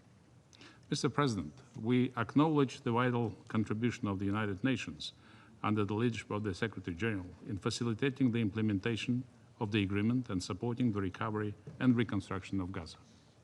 We support the statement of Secretary General on ICJ's advisory opinion. The humanitarian situation in Gaza remains grave, and sustained efforts are needed to ensure unimpeded access to aid and other services. Kazakhstan underscores the indispensable role of the United Nations and its agencies, particularly UNRWA and OCHA, in supporting the Palestinian people and rebuilding communities shattered by war. We also believe that peace in Gaza must become a catalyst for human security and broader regional stability in the context of other protracted crises in Iraq, Lebanon, Syria, and Yemen. Finally, Kazakhstan reaffirms its readiness to continue constructively to achieve a comprehensive, just, and lasting peace in the Middle East in full accordance with the UN Charter. I thank you. Я благодарю представителя Казахстана за его выступление. Сейчас предоставляю слово представителю Египта. خالص الشكر سيد الرئيس. بداية نتوجه بالشكر إلى روسيا الاتحادية على جهودها المقدرة في رئاسة المجلس هذا الشهر، وأثمن الإحاطات المقدمة اليوم بشأن الوضع في الشرق الأوسط. سيد الرئيس، لقد طالت التبعات السلبية للصراعات في الشرق الأوسط أمن واستقرار العديد من شعوب المنطقة، والتي تتساءل بشكل مشروع عن آفاق تصفية الأزمات المزمنة في المنطقة منذ عقود، وعن مصير وحقوق الأجيال الحالية والقادمة. وفي هذا السياق يجب ألا ندخر جميعا أي جهد لصياغة حلول لا رجعة فيها لتلك الصراعات، وفي القلب من تلك الجهود يقف مجلس الأمن وحده القادر على الاعتماد والإنفاذ، وتقف الأمم المتحدة القادرة على دعم التنفيذ، ومصر تعكف على تنفيذ ما تناديكم به انطلاقا من إيمانها بأن للجميع جذرا واحدا هو الانتماء للإنسانية. لقد كانت مصر بتاريخها التليد رائدة في الانفتاح على مختلف الشعوب والثقافات، ثابتة الإيمان بنهج السلام خيارا استراتيجيا، سلام صنعته بتضحيات أبنائها وفرضته بإرادتها وصانته بقوتها، إيمانا منها بأن قوة المنطق أسمى من منطق القوة، وأن العالم يتسع للجميع، سلام الأقوياء القائم على الحق والعدل والتوازن والندية وعلى احترام حقوق الغير وقبوله. مصر سيد الرئيس هي من كسرت الحاجز النفسي الرهيب بين العرب وإسرائيل عبر مبادرة شجاعة أطلقها الرئيس الراحل أنور السادات بزيارته التاريخية للقدس في نوفمبر 1977، فمدت يدها بالسلام متجاوزة حواجز كبلت المنطقة لعقود، بما عبر عن جوهر العقيدة المصرية في أن السلام هو الخيار الأمثل لصون الكرامة وتحقيق الأمن للجميع، وأن الشجاعة الحقة لا تكمن في خوض الحروب بل في صنع وبناء السلام على أسس العدل والتعايش المشترك. ومصر اليوم هي أيضا من استضافت في لحظة فارقة من تاريخ منطقتنا قمة السلام بشرم الشيخ في 13 أكتوبر الحالي لإنهاء الحرب في غزة، خطوة تاريخية حاسمة نحو طي صفحة حرب أليمة لا منتصر فيها، لبدء صفحة جديدة تتجسد فيها الإرادة الجماعية للمجتمع الدولي في تحقيق السلام والاستقرار في الشرق الأوسط. وتعرب مصر عن خالص الشكر والتقدير لجهود الولايات المتحدة الأمريكية بقيادة الرئيس ترامب وطرح خطته المقدرة والحكيمة لإنهاء الحرب في غزة وفتح آفاق تحقيق السلام والاستقرار. كما تشكر مصر كل الأطراف التي شاركت في قمة شرم الشيخ وتشيد بالجهود المضنية للأشقاء في دولة قطر والجمهورية التركية بما أسهم في التوصل لاتفاق إنهاء الحرب. وتؤكد مصر عزمها مواصلة جهودها المكثفة في دعم تنفيذ اتفاق إنهاء الحرب، وتحذر من التبعات بالغة الخطورة ومغبة عدم الالتزام الحرفي بما تم التوصل إليه في قمة شرم الشيخ. تدعو جميع الأطراف إلى الوفاء بتعهداتهم المتعلقة بترتيبات وقف إطلاق النار ونفاذ المساعدات الإنسانية بدون عوائق وبالكميات التي تلبي احتياجات أشقائنا الفلسطينيين، وتكثيف الجهود على صعيد بدء جهود التعافي المبكر وإعادة إعمار قطاع غزة. وستقوم مصر باستضافة المؤتمر الدولي للتعافي المبكر وإعادة الإعمار والتنمية في غزة في شهر نوفمبر المقبل بالتنسيق مع الأمم المتحدة والشركاء الإقليميين والدوليين بهدف حشد الدعم اللازم لتمويل عملية إعادة الإعمار وتوفير مقومات الحياة الكريمة لأشقائنا الفلسطينيين. سيد الرئيس، أثبتت العقود الماضية أن استمرار الاحتلال وغياب الأفق السياسي لن يجلب سوى المزيد من الحروب، ولذا تدين مصر بأشد العبارات مصادقة الكنيست الإسرائيلي على مشروعي قانونين يهدفان إلى فرض ما يسمى بالسيادة الإسرائيلية على الضفة الغربية المحتلة وعلى المستوطنات الاستعمارية الإسرائيلية غير القانونية، باعتبار ذلك انتهاكا صارخا للقانون الدولي وقرارات الشرعية الدولية التي أدانت ولعقود جميع الإجراءات الإسرائيلية الرامية إلى تغيير التركيبة الديمغرافية وطابع قانوني للأرض الفلسطينية المحتلة منذ عام 67، بما في ذلك القدس الشرقية، وهو ما أكد عليه الرأي الاستشاري الصادر عن محكمة العدل الدولية في يوليو 2024 والذي قطع بعدم شرعية الاحتلال الإسرائيلي للأراضي الفلسطينية وبطلان كافة الممارسات الإسرائيلية بما في ذلك بناء المستوطنات وضم الأراضي في الضفة الغربية المحتلة، وطالب إسرائيل بإنهاء وجودها غير القانوني في كافة الأراضي الفلسطينية. كما نرحب بالرأي الاستشاري لمحكمة العدل الدولية الصادر أمس بشأن التزامات إسرائيل في الأراضي الفلسطينية المحتلة، والذي أكد على أن القانون الدولي يحظر على القوة القائمة بالاحتلال تهجير الشعب الفلسطيني قسرا من أراضيه أو تجويعه أو استخدام الغذاء كسلاح حرب، ويلزمها بتوفير المساعدات ومواد الإغاثة الإنسانية وكافة مقومات الحياة، وعدم إعاقة بل وتسهيل وتيسير عمل كافة هيئات الأمم المتحدة في الأراضي الفلسطينية المحتلة وفي مقدماتها الأونروا، وذلك اتساقا مع المسؤولية الدائمة للأمم المتحدة عن القضية الفلسطينية. تؤكد مصر مجددا حتمية منح الشعب الفلسطيني الشقيق كافة حقوقه غير القابلة للتصرف، وفي مقدمتها حق تقرير المصير وتجسيد دولته المستقلة على خطوط 4 يونيو لعام 1967 وعاصمتها القدس الشرقية استنادا إلى المرجعيات الدولية ذات الصلة. كما تشيد مصر بالمخرجات الإيجابية لمؤتمر نيويورك بشأن حل الدولتين برئاسة مقدرة من السعودية وفرنسا، وتعرب عن تقديرها للزخم الدولي المتنامي الداعم للاعتراف بدولة فلسطين لتعيش في أمن وسلام جنبا إلى جنب مع إسرائيل على نحو يحقق أمن الشعبين ويوفر واقعا جديدا لشعوب المنطقة يمكن قبوله والتعايش معه. سيد الرئيس، تحقيق السلام في عموم المنطقة يقتضي انسحاب إسرائيل من جميع الأراضي العربية المحتلة بما في ذلك الجولان السوري المحتل وتنفيذ قرارات مجلس الأمن ذات الصلة. وتدين مصر التغولات والاعتداءات الإسرائيلية المتكررة على الأراضي السورية وكذلك الانتهاكات اليومية لإعلان وقف الأعمال العدائية في لبنان وما يصاحبه من خروقات جوية وبرية متكررة واحتلال لمواقع حدودية وإنشاء مناطق عاذلة داخل الأراضي اللبنانية، ويمثل خرقا واضحا لقرار 1701 وانتهاكا لسيادة لبنان ووحدة أراضيه. وتؤكد مصر تضامنها مع سوريا ولبنان في حقهما المشروع في حماية سيادتهما وأمنهما واستقلالهم. في الختام أعيد التأكيد على دعم وتطلع مصر إلى التنفيذ الكامل لاتفاق شرم الشيخ، وأقتبس من كلمات الرئيس ترامب أمام قمة شرم الشيخ وفي الكنيست: إن هذا ليس مجرد نهاية حرب بل بداية عصر جديد من الإيمان والأمل، فمعا أظهرنا أن السلام ليس مجرد أمل نحلم به بل هو واقع، وهذا هو اليوم الذي عمل وكافح وتطلع وصلى من أجله الناس في أنحاء العالم. كما أود أن أقتبس من بيان الرئيس عبد الفتاح السيسي أمام قمة شرم الشيخ: إن السلام لا تصنعه الحكومات وحدها بل تبنيه الشعوب، حين تتيقن أن خصوم الأمس يمكن أن يصبحوا شركاء الغد، وأننا نستشرف مستقبلا مشرقا لمنطقتنا تبنى مدنه بالأمل بدل من أن تدفن ذكريات أصحابها تحت الأنقاض.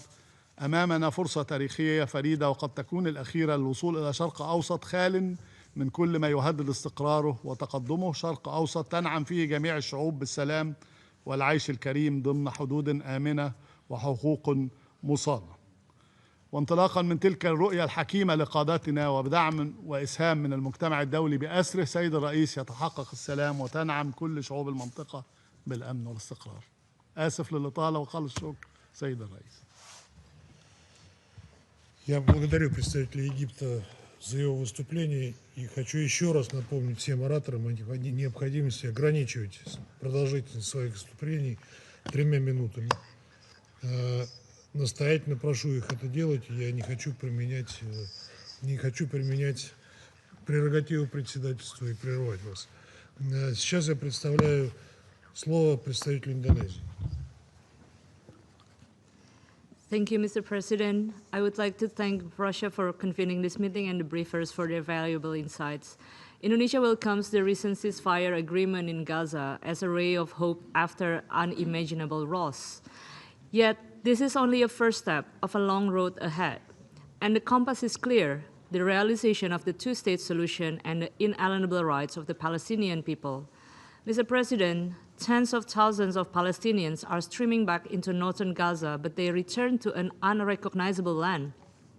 92% of residential buildings in Gaza have been destroyed, 125 hospitals and clinics are now in ruin, and over 86% of cropland was damaged. The task of this council is therefore a profound one: ensuring that the ceasefire is fully observed, allowing the rebuilding of Gaza and restoring the dignity of all civilians, that all parties fully implement the peace agreement with the ultimate objective of lasting peace in Palestine based on the two-state solution. Against this backdrop, allow me to highlight 3 points. First, permanent ceasefire must be maintained as a prerequisite for sustained recovery. It must be respected to ensure unhindered, at-scale, and safe flow of humanitarian assistance throughout Gaza. The UN-led humanitarian efforts must be protected without obstacles. The role of UNRWA remains indispensable. Its mandate and funding must be supported, as its work sustains millions of lives every day. In this vein, Indonesia welcomes the ICJ advisory opinion released just yesterday on Israel's obligations regarding the presence of the UN and other entities in the OPT. Second, genuine peace must be fostered. The Security Council, as the cornerstone of multilateralism for the maintenance of international peace and security, must contribute and play its role. This council must also work to secure that peace will end the occupation and fulfill the Palestinian rights to self-determination. Indonesia stands ready to contribute 20,000 personnel on the ground to credible peace monitoring missions once it is decided by the Council. We believe that peace must be protected by presence, not just promises. This will be our contribution to provide necessary security space for comprehensive peace plan negotiation. We urge the Security Council to lead and work toward this endeavor. Third, the last point, the future of Palestine belongs to the Palestinian. We must invest in Palestine's readiness to govern its future state and to lead its own destiny. For our part, Indonesia has continuously supported the Palestinian people.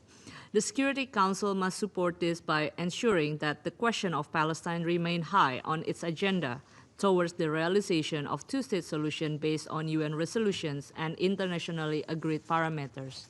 Mr. President, as we celebrate the UN 80th anniversary, the question of Palestine remains the definitive test of whether this organization can fulfill its promise to the Palestinian. It is time for us to bring peace to the Palestinians. I thank you, Mr. President.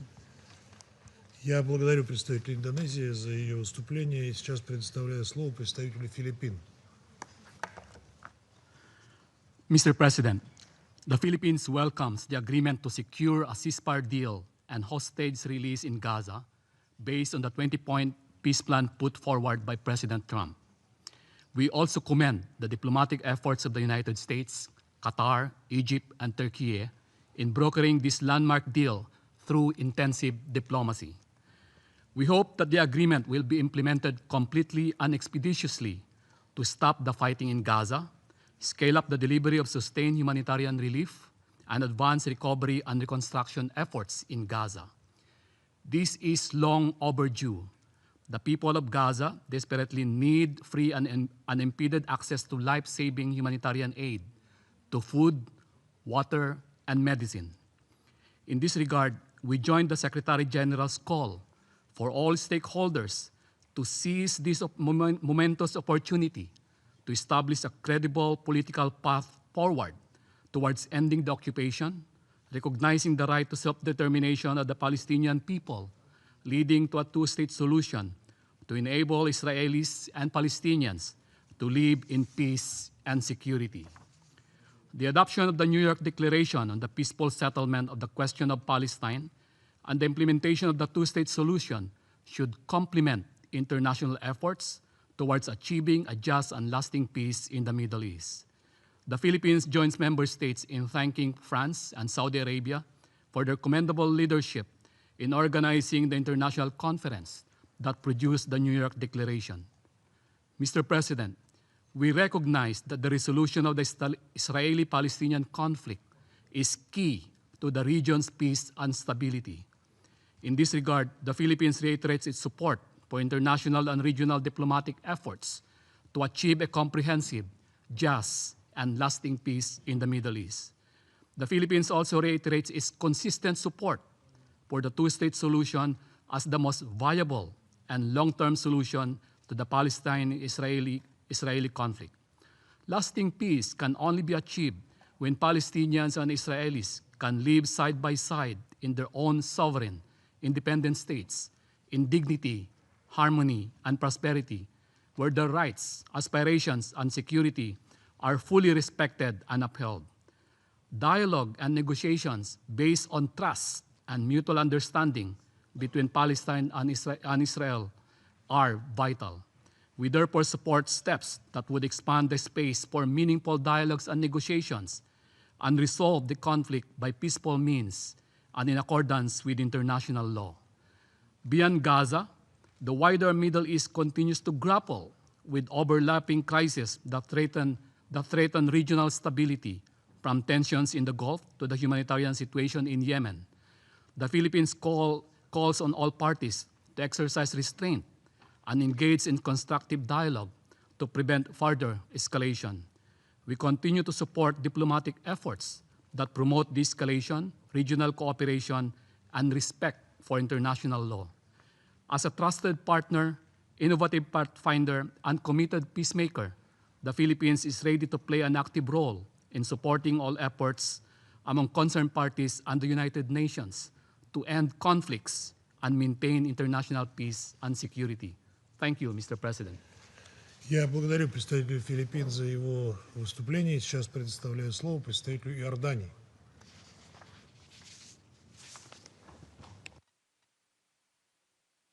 شكرا سيد الرئيس، وأود بداية أن أهنئكم على تولي مهامكم برئاسة هذا المجلس لهذا الشهر.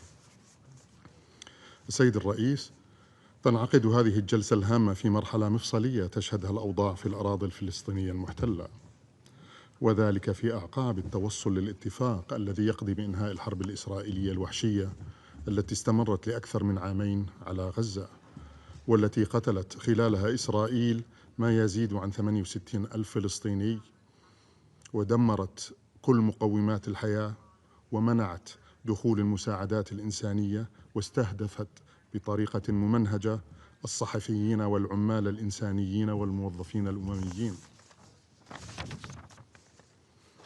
في ضوء ذلك اسمحوا لي أن أؤكد على النقاط الخمسة التالية.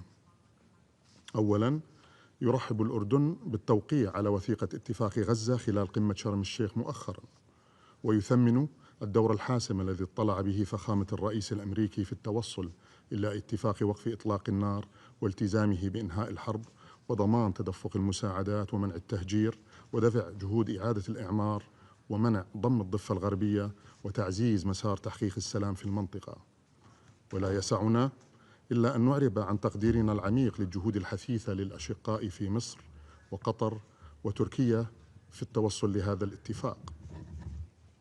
ثانياً، يؤكد الأردن على مركزية الالتزام التام باتفاق وقف إطلاق النار في غزة وتكاتف الجهود المبذولة لإنجاز المرحلة الأولى من الاتفاق، بما في ذلك ترتيبات وقف العمليات العسكرية وتبادل الأسرى والانسحاب الكامل لجيش الاحتلال الإسرائيلي وضمان إدخال المساعدات الإنسانية بشكل مستدام إلى سكان القطاع، وذلك من أجل الانتقال إلى المرحلة الثانية من الاتفاق وصولاً إلى إطلاق أفق سياسي حقيقي لتحقيق السلام الشامل على أساس حل الدولتين وفق قرارات الشرعية الدولية ومبادرة السلام العربية.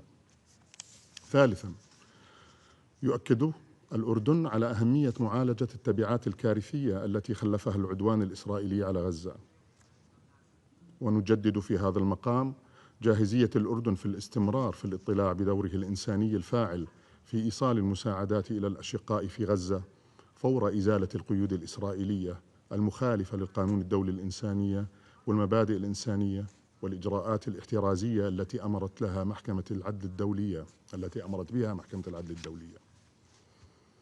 سيد الرئيس، ولا يسعنا كذلك إلا أن نؤكد على الوجود المحوري لوكالة الأونروا وفي أداء واجبها الذي لا غنى عنه في تقديم خدماتها الأساسية لنحو 5.5 مليون لاجئ في جميع مناطق عملها وفقا لتفويضها الأممي، وخاصة في غزة والأراضي المحتلة في أيامنا هذه.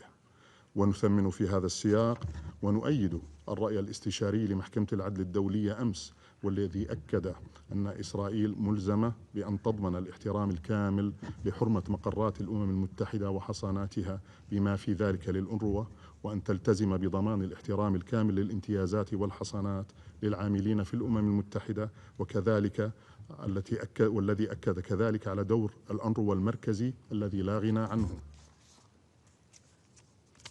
رابعاً،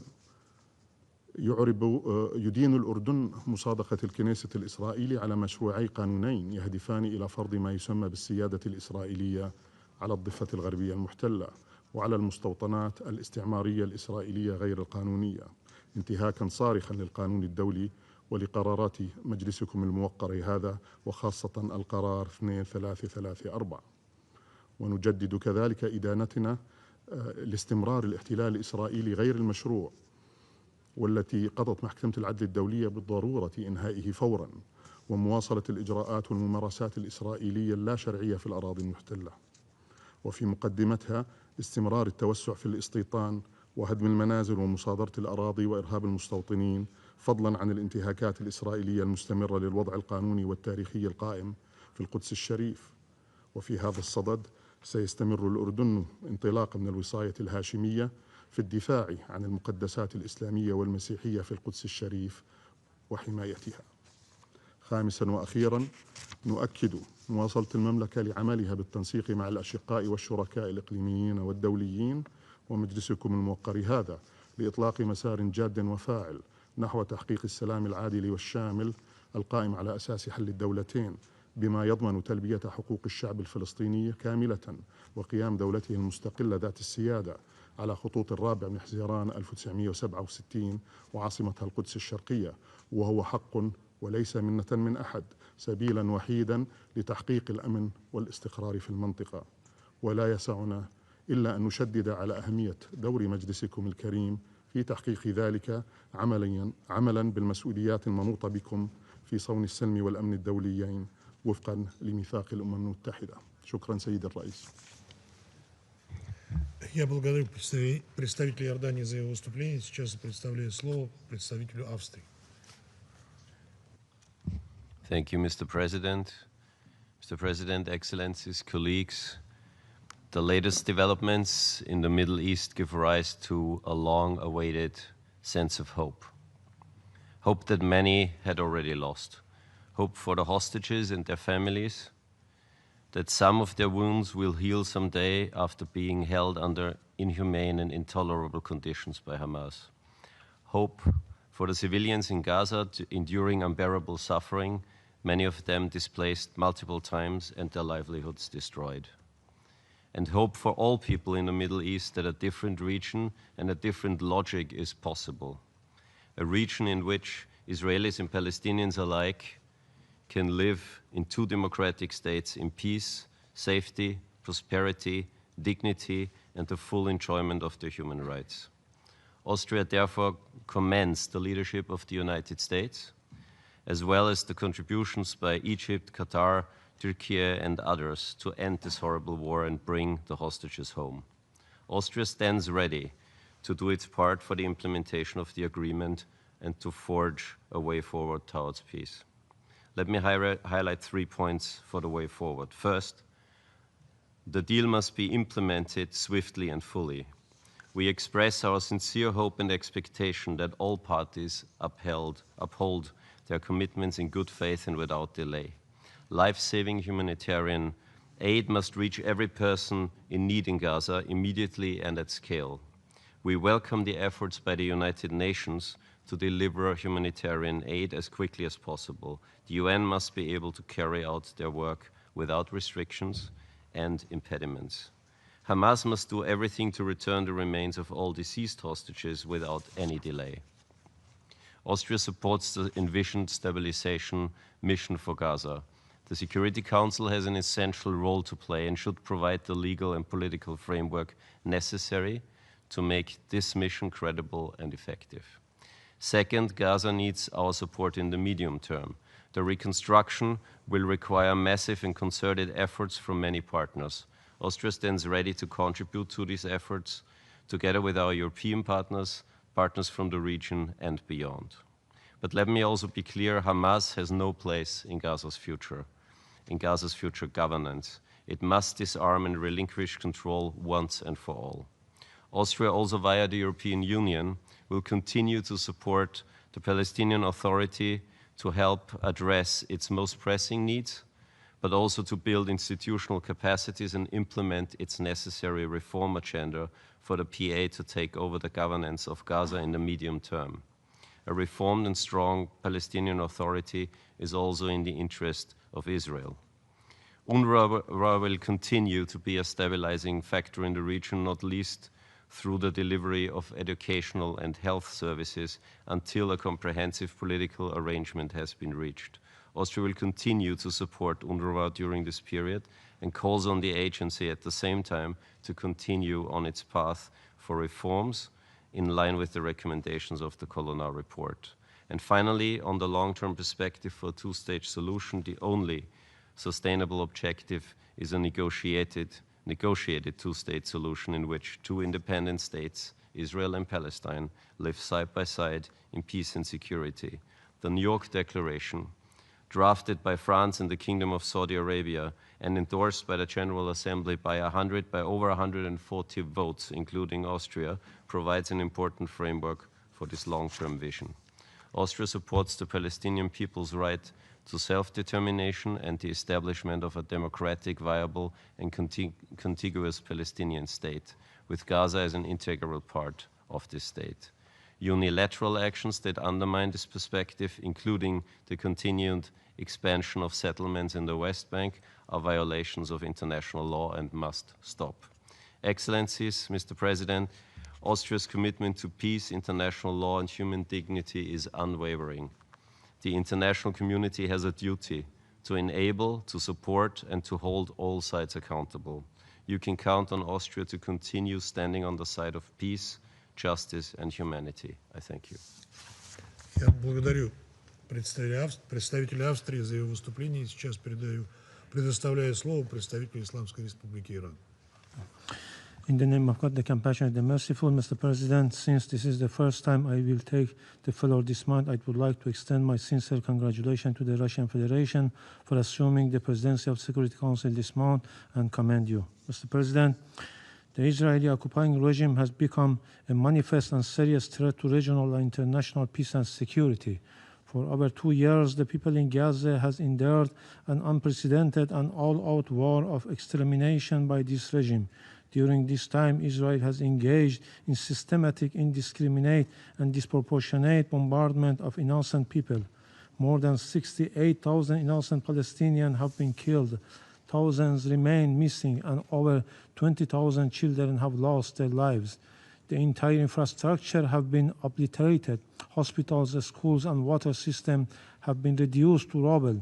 In fact, Gaza has been transformed into a landscape of devastation, a living testament of unbridled impunity. With the end of military operation in Gaza, the world is only beginning to grasp the full extent of the devastation left behind.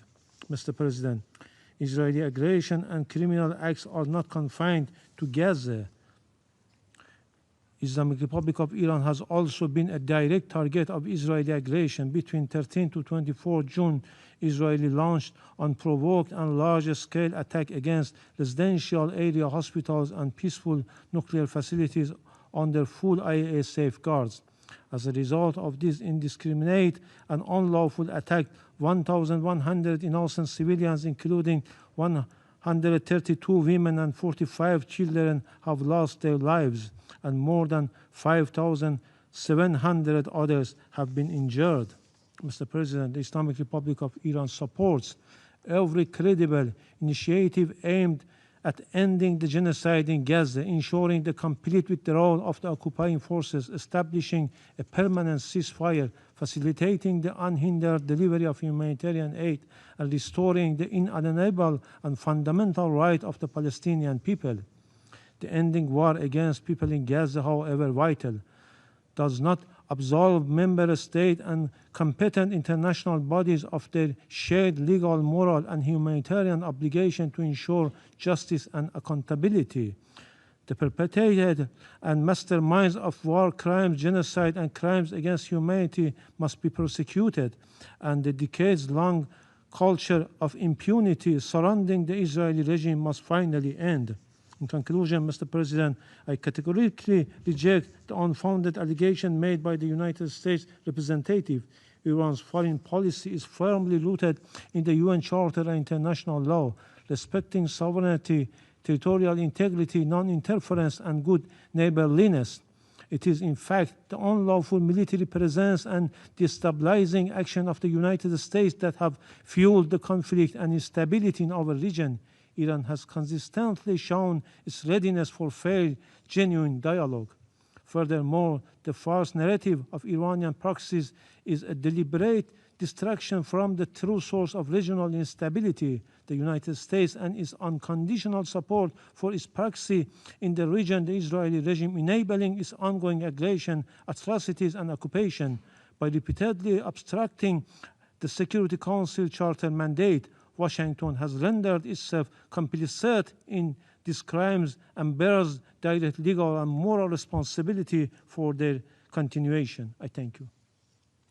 Я благодарю представителя Исламской Республики Иран за его выступление. В моем списке остается еще ряд ораторов, записавшихся для выступлений на этом заседании. Однако, с учетом времени, я намерен с согласия членов Совета прерывать заседание до 15 часов 00 минут. Заседание прерывается.